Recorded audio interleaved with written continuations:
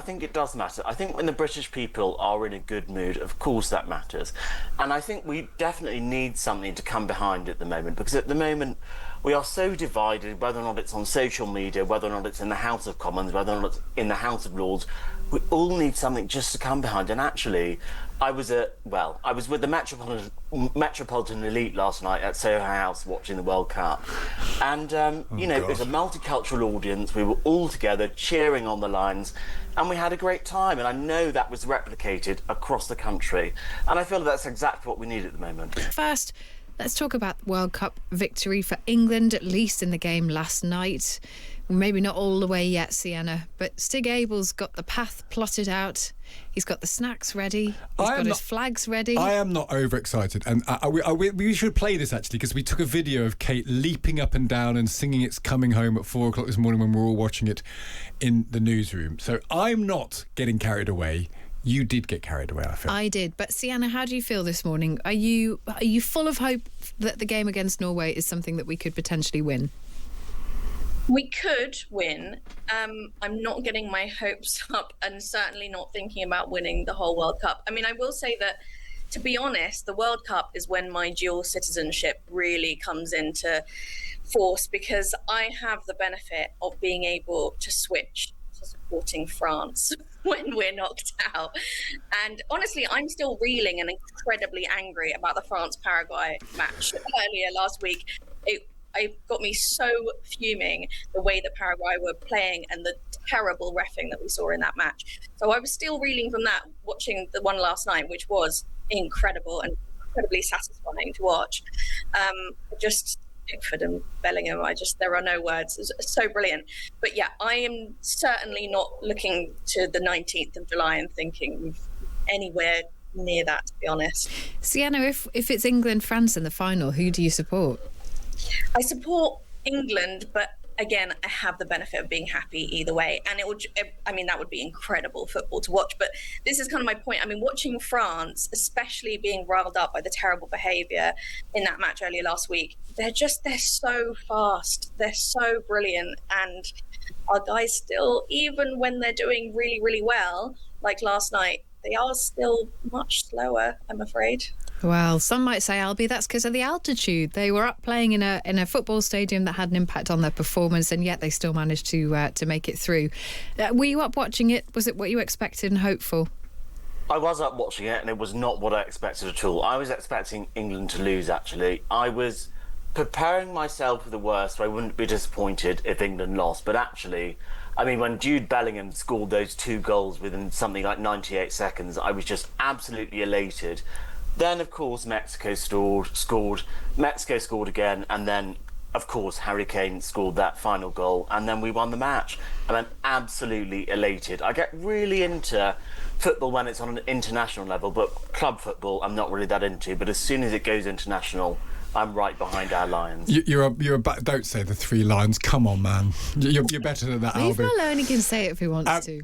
You're jumping on the bandwagon. This is Kate jumping on the bandwagon, by the way. This is Kate at 4 o'clock this morning in the Times Radio newsroom.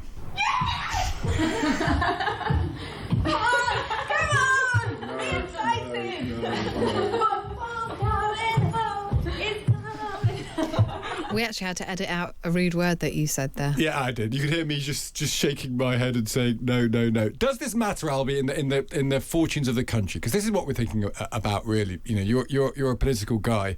Burnham comes in on the 20th. The World Cup final is the 19th. There's a feel-good factor. The sun's going to be shining for the next couple of weeks. Does any of this matter, actually, politically, do you think? I think it does matter, actually. I think it does matter. I think when the British people are in a good mood, of course that matters. And I think we definitely need something to come behind at the moment, because at the moment we are so divided, whether or not it's on social media, whether or not it's in the House of Commons, whether or not it's in the House of Lords. We all need something just to come behind. And actually, I was with the Metropolitan Elite last night at Soho House watching the World Cup. And, it was a multicultural audience. We were all together cheering on the lines, and we had a great time. And I know that was replicated across the country. And I feel that's exactly what we need at the moment. You said British. It's an interesting question, that, Sienna, because about one of the challenges of Andy Burnham, he likes to talk about the north of England like that's the top of the country, but there is a large country, large-ish country, just to the north of England that doesn't get mentioned very much. I wonder how... I think this England team's quite likeable, and I think Tuchel, being German, is very likeable, very clever. I wonder whether the Scottish and Welsh people and Northern Irish people will get behind this England team, because they're young lads, they're quite nice, everyone likes Harry Kane. There's not an awful... Apart from the behaviour of England fans or England commentators like us getting all smarmy about it, there's probably quite a lot to like, even if you're not English and you're part of the United Kingdom. Yeah, I think so. I think there would be a kind of spirit of solidarity.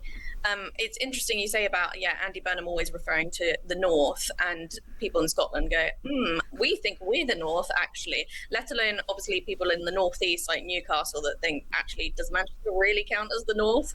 So there are questions about that. But this thing of, Andy Burnham being a lucky general, I would obviously... If I were a kind of Burnham person, steer away from that phrase, because people always applied it to Keir Starmer. If you remember, people were always saying he's a lucky general in opposition. Well, obviously he had COVID, he had the Tories just kind of imploding, allowing him to get that huge landslide, etc. And then his luck ran out pretty quickly. I do think that Burnham is quite well placed to capitalise on a kind of hopeful mood in the country. I do wonder whether we shouldn't even talk about England winning the World Cup, but if it were to happen... Why not? It could happen, Sienna. Oh, God, I just hate jinxing things like that. It's just so awful. Just don't even say it. But if they did, what kind of impact would that have on the likelihood of an early general election, I wonder? There'd have to be a huge bounce, wouldn't they, Kate? Because in order for Farage would have to be he's under a cloud now. So imagine Farage under the Standards Commissioner says something, or he's about to say something really bad. England win the World Cup.